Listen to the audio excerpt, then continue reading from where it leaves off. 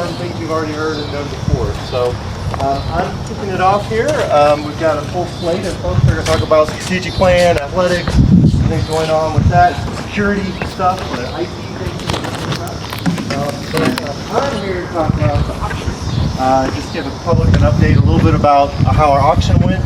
We had one of the most successful auctions that we've had in all time. So we raised close to $97,000 this year. So big thank you to everyone who came out to help set up and support and help find our sponsors and our items and all of that, but then especially our donors that came and really supported it. It was a really great thing. So that's a new goal to shoot for us. So we're excited about that. With regard to everything else going on, Foundation, you can be looking out for some Giving Day challenges that are going to come up in the near future. Giving Day traditionally is, I think it's like a Tuesday after Thanksgiving or something like that. I don't know if we're going to stick with that or we'll do something again in the spring like we did, but we've got a lot of new coaches and new sports teams, things like that, so they're going to be putting out some challenges. We're continuing to develop on the Foundation side the website that you can go to participate in some of those. We'll link that on the college side as well. But overall, just trying to find out how we can do better to connect to people and our alumni and to our community. And so we want to thank everybody just for their support and all of that. So with that, I'm going to turn it over to Dr. Suzanne Campbell and Joel Figgs to give an update on our strategic planning process. Some of you have been part of that, but now we're in a different phase of that. So I'm going to let them do that. So welcome, thank you for coming this evening. Most of you have heard some of this already, but administration back in March put together a core strategic team. So that was Kyle, Joel, myself, and Dr. Amber Jones, who's our Dean of Industrial Technology. So the core team kicked off with the process, internal, external stakeholders. What do we want to know? What do we need to know? How do we determine our future direction? So we put together a full strategic team, which was a larger group of about 20. So again, across the board representation from internal and external community individuals. From that, we had several focus groups. So we had focus groups that had government, city, county, school board, hospital board, groups. We had obviously a faculty and staff group. We had a student group. We had a Spanish speaking group. We had community members. And so we presented to them 6 questions that were the same for everybody. We asked for their feedback. Everything was reported. The feedback then went to the full strategic team to help us kind of whittle down that data. So I know we had well over 200 individuals involved in the process. From that, then the core team continued to meet. We had almost 3 days of work of distilling, or what we in the research world we call coding data. So out of that, we've developed some themes and sub-themes, and then that is those directions will be what we take to move the institution forward. So now I'm going to pass the baton to Joel, who will actually outline our strategic directions and then what the next steps of the process are. Sure, thank you, Dr. King. So as she mentioned, this has been a great process, I think, for all of us involved, and this did begin, actually I wrote down the date, March 15th was when we first found out what we were doing and kind of planning some of the early stages of it. And from our work, some of the key directions that came about from the process, number one is student success. And that's the supporting themes of that include academic opportunities, employee recruitment, retention, and student resource. That's key direction 1.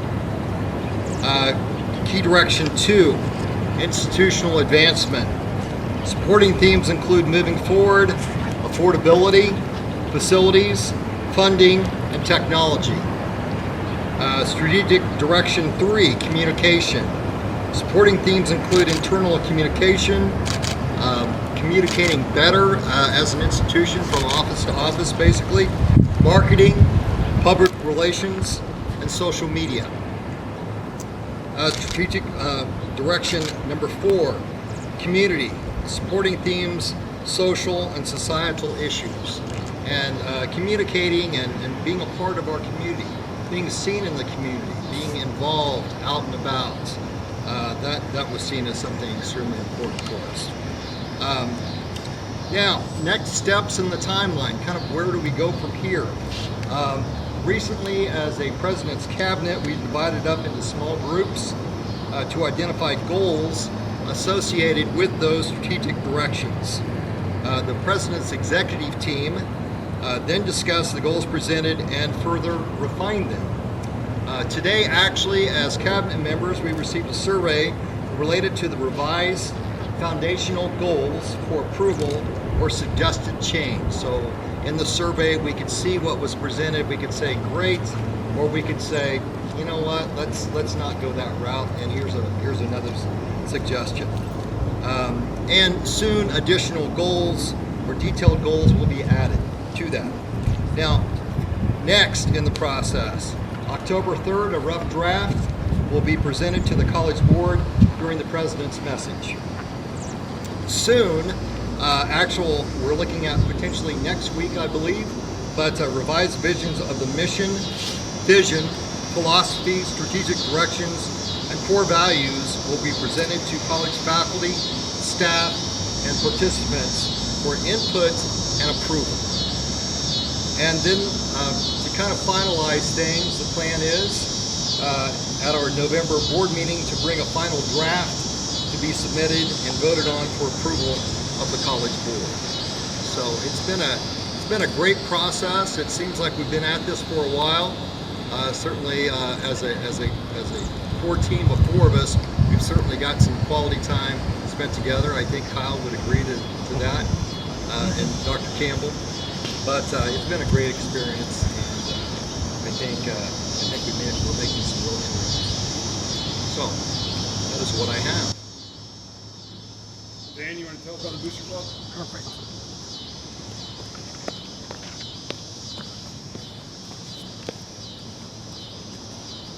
Despite the weather out there, we are 2 days away from officially beginning our winter sports season. So as we start to get our basketball teams going, and really want to get the information out about tickets. Obviously, this town has been very supportive of coming to the games and the tickets, and we've kind of had some, with COVID and not being allowed fans in, and we went to a percentage, and we had temperature checks and everything. We're going back to what we used to do, and kind of really wanted to share that information as our basketball season begins, because we're only 32 days away from our first home basketball game. It's a little scary for us on the inside there, but the best way to get to our basketball games is to join the Booster Club. I'm looking at quite a few Booster Club members out here.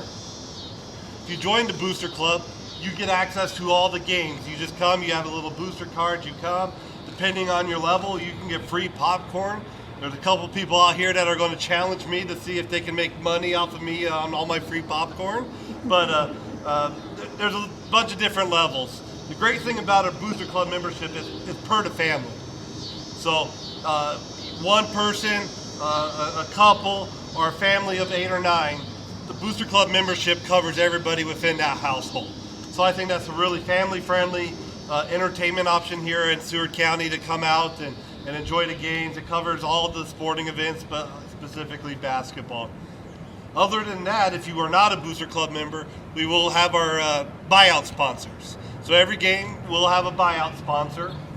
And if anybody's not familiar with that, that's you go down to the restaurant or business or whatever location, and if you pick up a ticket, you can get the ticket for free and you can come to the game. It really helps drive business in our community. I'm sure Roselle loves that. We tell all our visiting fans that if they would like to come to the game, they can either visit our business of choice or they have to pay at the door. So it really drives foot traffic at those businesses. And it allows our community to have a chance to come to the game for free no matter what. So if they can't afford a Booster Club membership, aren't sure they're interested in it, there's a chance to come check it out. So every game will have a specific company in town. A lot of them will be restaurants or banks. And we'll post that online. It'll be on social media. We'll send out emails. And that the day of the game, you can go down and grab tickets for you and your family to come to the game. So we're excited. The next 3 weeks is probably the toughest 3 weeks in athletics. Every single sport is playing. Baseball, softball, tennis, basketball, volleyball. Every single sport is playing the next 3 weekends. And we actually ran out of vehicles here at the college to transport our teams. That's how much we're doing here. So we're excited, but it's a busy time. We'll get through, but then we'll have our teams here. And if you're interested in joining the Booster Club, I'll make sure everybody here tonight gets one of these before we leave. Thank you.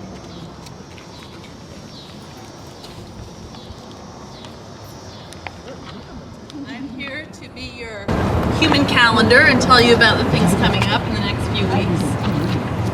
The main thing that we have coming next week is the opening of the Saints Up Pantry. It's not just a food pantry, there's also school supplies and cleaning supplies and personal hygiene materials, and that's a project that our Ag, Business, and Personal Services Division dreamed up because they saw a need in our students who were sometimes not able to get meals between classes and also who just didn't have enough food overall. So that is opening up on Monday, and Kay Bertzloff donated a freezer. So, well, and I think you also need to acknowledge how much the Little Area Coalition for Families gave as far as products. yes, they kind of gave the starting batch of all kinds of food, and the shelves are stocked. It looks like a mini grocery store in there. I saw it today. So there's been a lot of love and time and effort poured into that. So that's an exciting thing, and that opening is at 3 o'clock on Monday. Looking back to last weekend, we had all kinds of community things going on, and the Saints were there. We were at the homecoming parade. There was a great showing of Saints folks there, and then also at the Duck Festival. And we've got more coming up. Tomorrow night is the Sublette and Elkhart 8-man football game, and we bought out the tickets for that. Some of our faculty members told us that Sublette has scored 1 touchdown in the last 3 years, so we are going to cheer.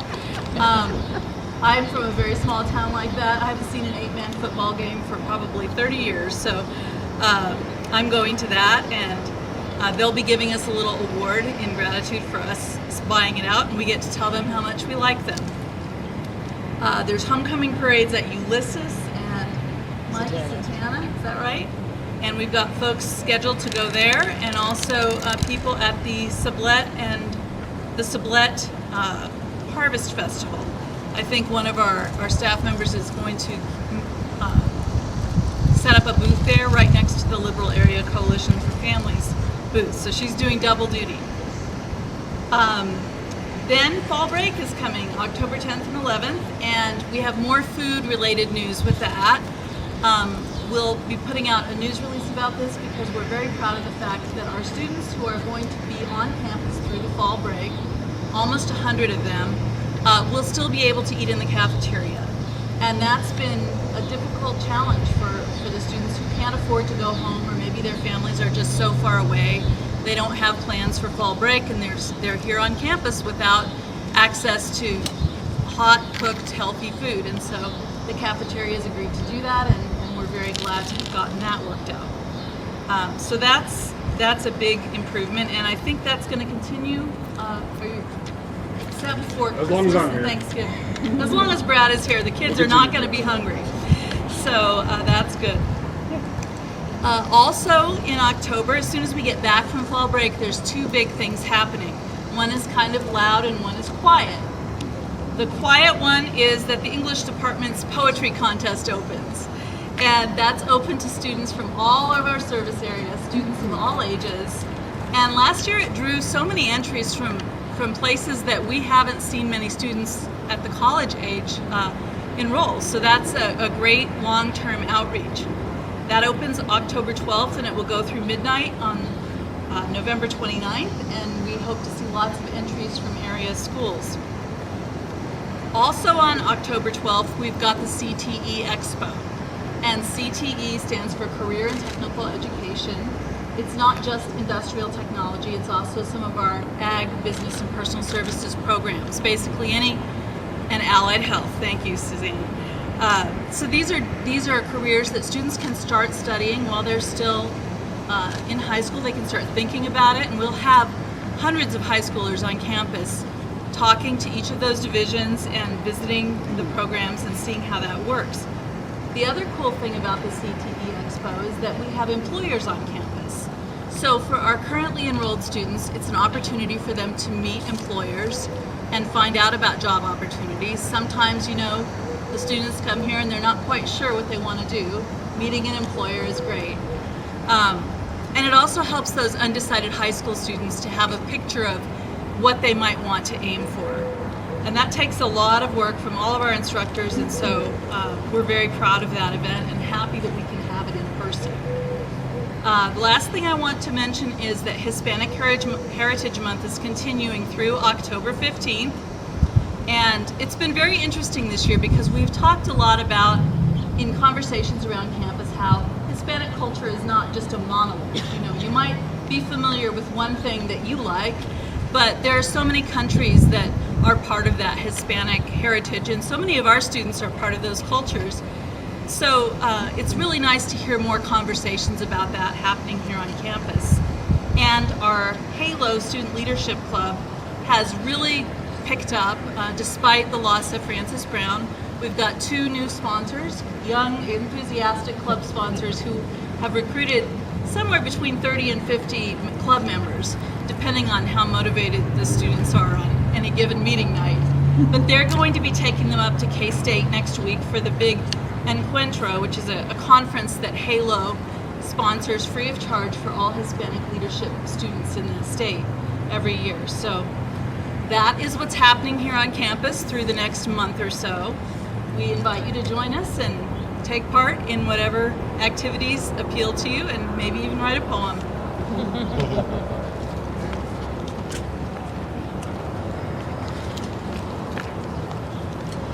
So, I was planning on talking to you all about something completely different, but I think I'm the last speaker. So, you guys have been talking since about 7 o'clock, and my attention span is about 7 minutes. I'm not sure what yours is. So I'm going to try and wrap this in humor, okay? Now, there's 4 things the government want me to talk about with you, because if you do these 4 things, supposedly, you'll be secure, okay? They want you to know what phishing is. They want you to have complex passwords and use a password manager. They want you to update your computer, so your washer, your dryer, your laptop, your desktop, your television, everything that you have at home that's connected to your network, okay? And finally, they want you to use multi-factor authentication. In other words, something you know, like a password or username, something you are, like your face, your palm print, your fingerprint, and something you have, like a cell phone that you can receive a text message on. Okay, that's multi-factor authentication. Okay, I know I can't sing, but I'm gonna try and be humorous, and I'm not a comedian, I'm a pretty serious guy, but I'm gonna start it off with a show tune. Hopefully you guys recognize it, and I will end it with the show tune. But I want you to think, if you hear the show tune and you recognize it, think, oh my God, it's the reverse, okay? It's a beautiful day in the neighborhood, a beautiful day in the neighborhood.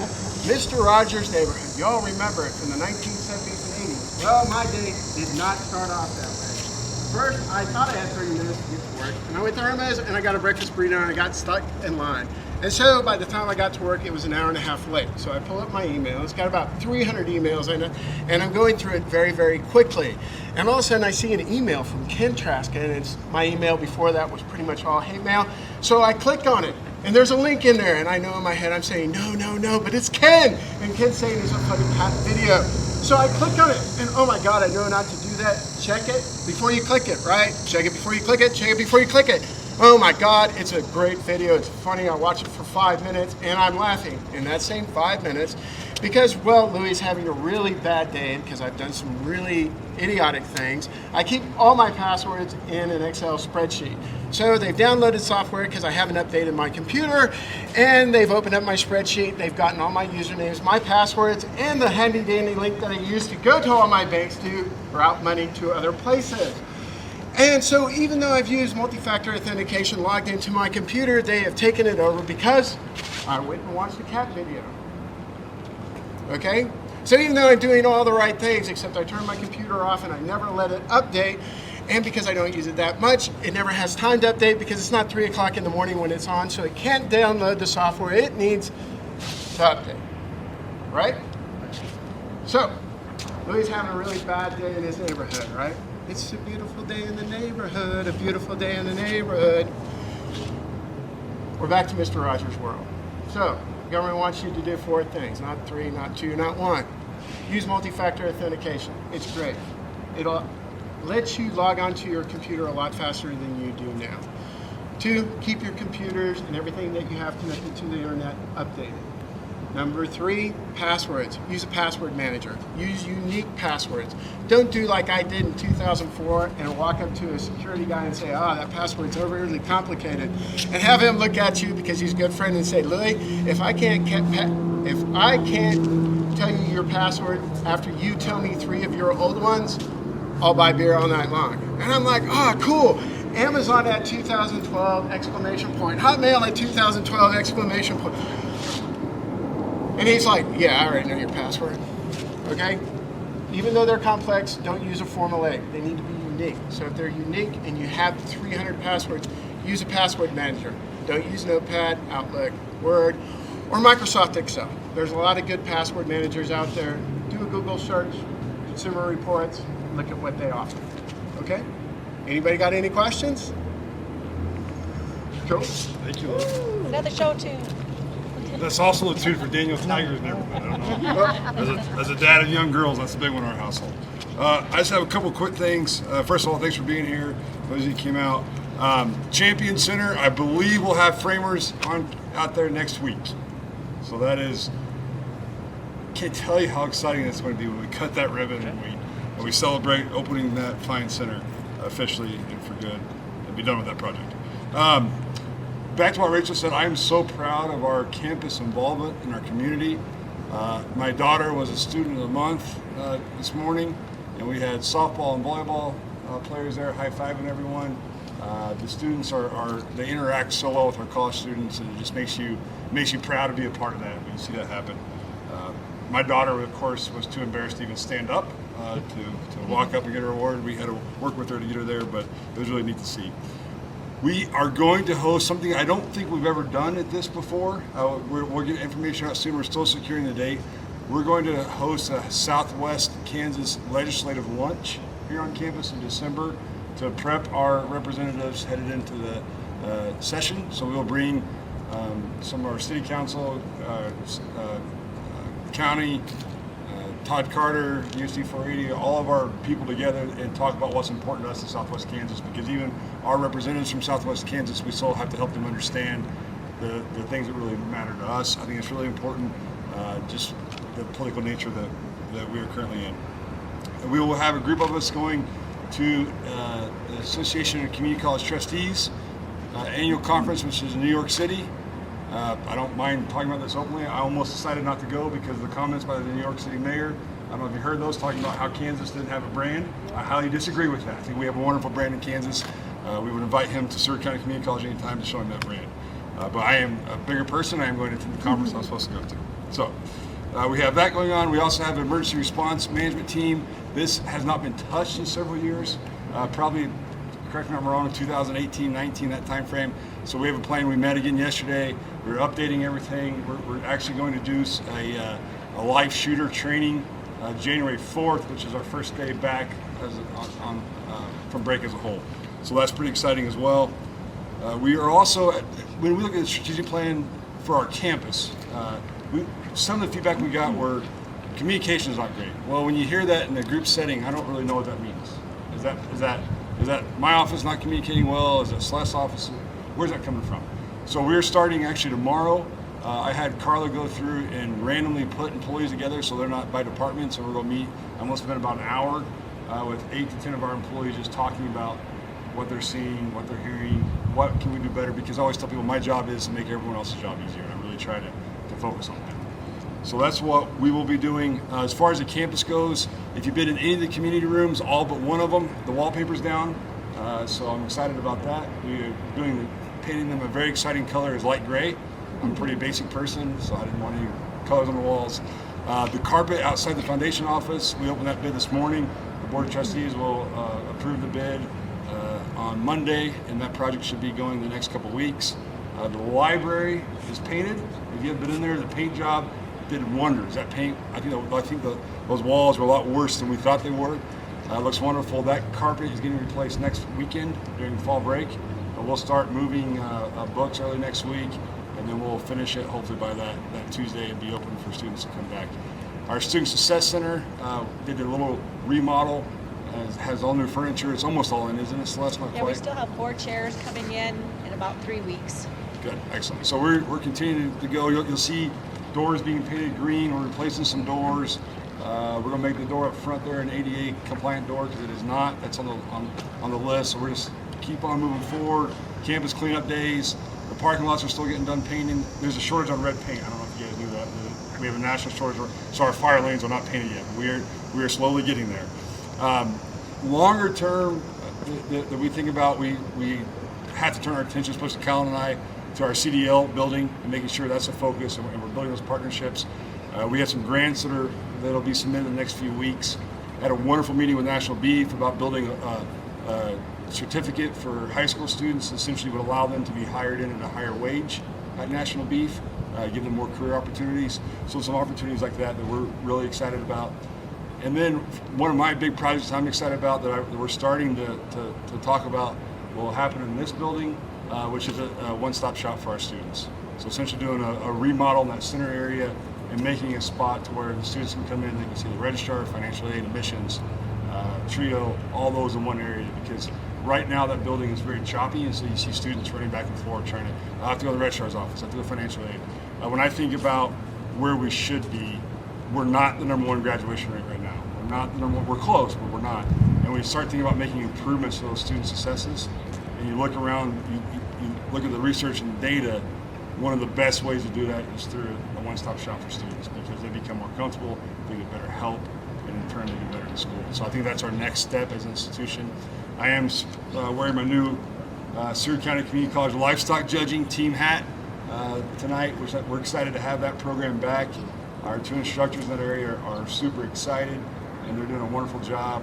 I believe we have 5 or 6 kids committed for next year already for the livestock judging team. We have kids coming in almost weekly. I mean, almost weekly, Will's like, hey, can you meet with these recruits? We have more livestock judging recruits coming in than we do any of the recruits, it seems like right now, which is awesome. So we're excited about that. We're actually going to have a campus cleanup day over there soon to help out clean that area up. So, questions, comments? They released the 4-year college enrollment, like maybe yesterday or today. Today. Have they released the? Yes. Okay, are we up or down? We're flat. What? Flat's kind of the new up. But I think we'll end the year up a little bit.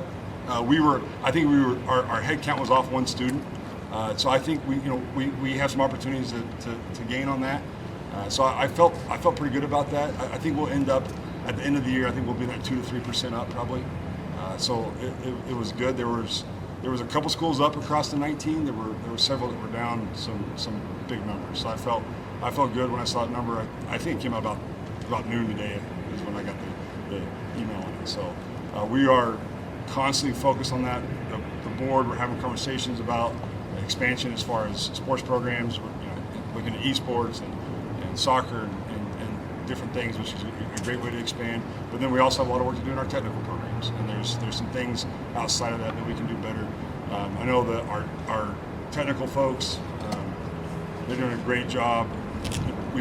We're so strong in our health sciences, but then on our tech campus, we're doing a great job of building some new programs, doing some alignment with industry. So I think we'll see a growth in that area as well.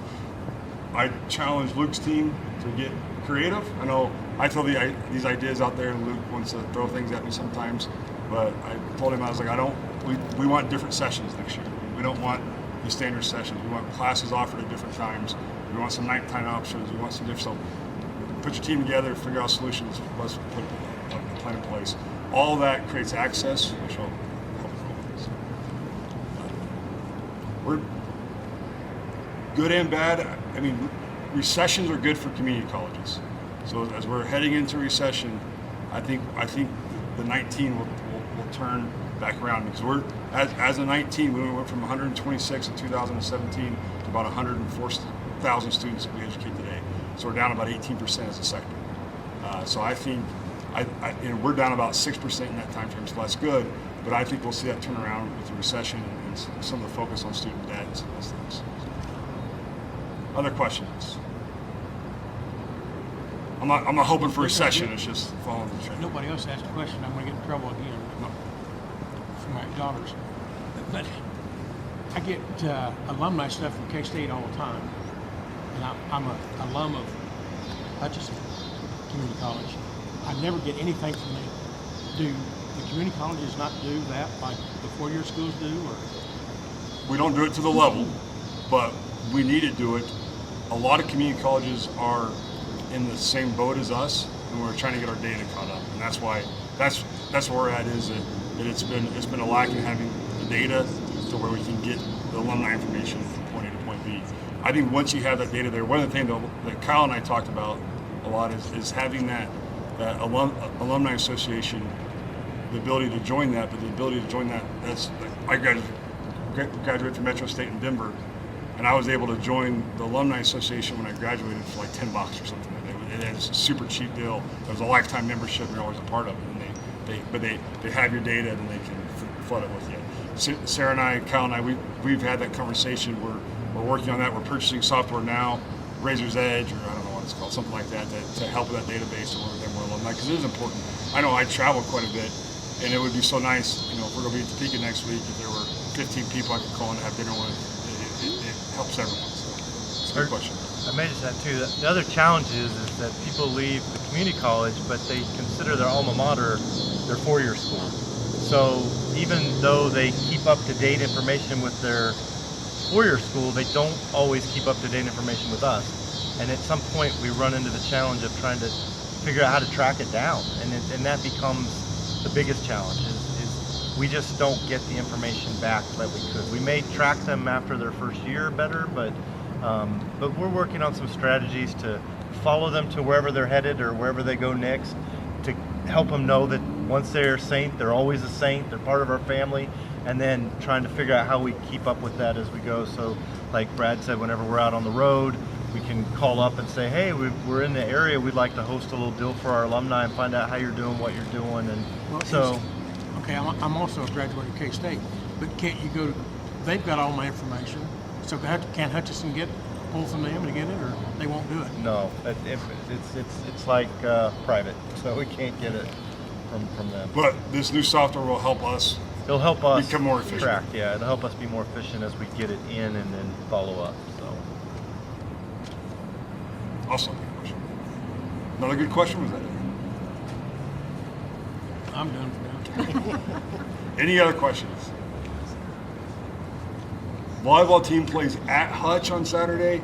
Huge game, because they're in second place, a game behind us. We already beat them once. If we beat them again, we're 2 games up on the conference with not very many games left, which would be great. Our best player, not our best player, one of our better players, one of the better players in the conference came back last night and got a few minutes in. She's been injured, so we're excited about that.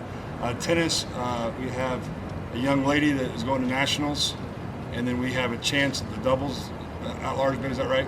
Chance. That right? Yeah. I don't know if you knew this. It's the honor system for tennis. That's amazing to me. How cool is that? That we're in that day and age, we still trust each other, staying around.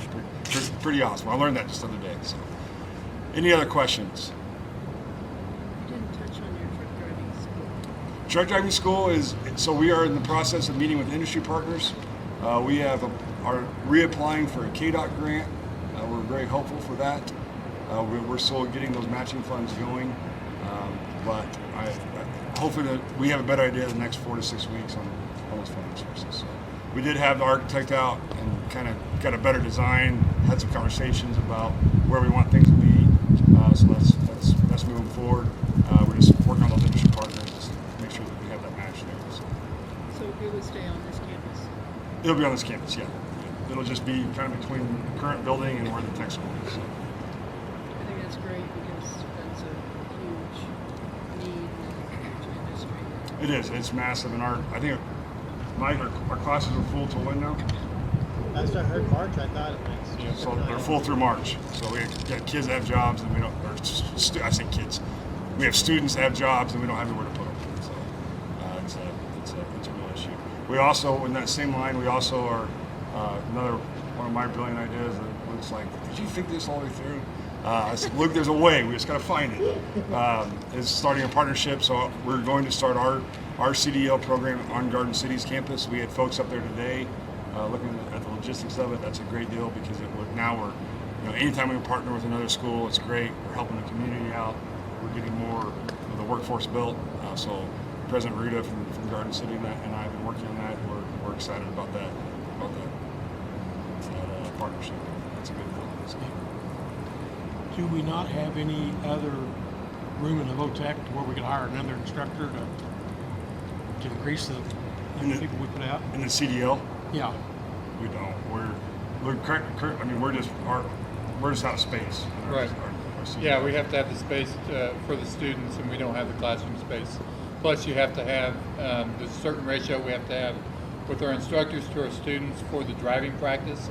So you have to have enough trucks. You have to have the instructors to do the practice. You have to have the driving range to be able to do all that. So you're really limited by a lot of things. But with this big project, we're going to be able to expand how many students we can serve. And in addition to Garden City, there's a lot of colleges across the state who are being pressured by their local industries to start truck driving programs. And I've had at least one other one reach out to me that might come out and visit us to figure out if either we can help them too, like we are Garden City, or at least give them some ideas to get them started. So we have a great advantage that we have a very successful program already going. So a lot of them that are trying to get that started are looking to us for help. So that's kind of a nice position to be in, and we're trying to figure out the best way to leverage that. I was following a truck going to Dallas. On the back it says 2,500 plus per week. When you figure that out, that's a pretty good salary. Yeah, that's not bad at all. So do they have to take the truck driving class before they take their CDL? They Yes. have to take a class to learn how to take the CDL? They have to, they have to take a class from an accredited school and then take their CDL. And it's 6 weeks? They 7 also weeks. have to take multiple tests to get their CDL Yeah. learner's permit. It's 7 weeks. I saw us backing up the other day. Not what I went through. It's hard. Some companies that we work with only have automatics, but then we don't feel comfortable training a student only on an automatic, and if they want to get a job with a company that drives a manual, so we feel like there's some disadvantage. That's why we're 7 weeks. Does Dodge City have one? Dodge City does. Because I think this originally came from St. Mary's in Dodge. I believe truck driving school came down here. Yeah, it when was they closed down or something. But I might be wrong, but I think it was originally was a part of the Southwestern Kansas Technical College in Dodge. 100% right. Yeah. Any other questions?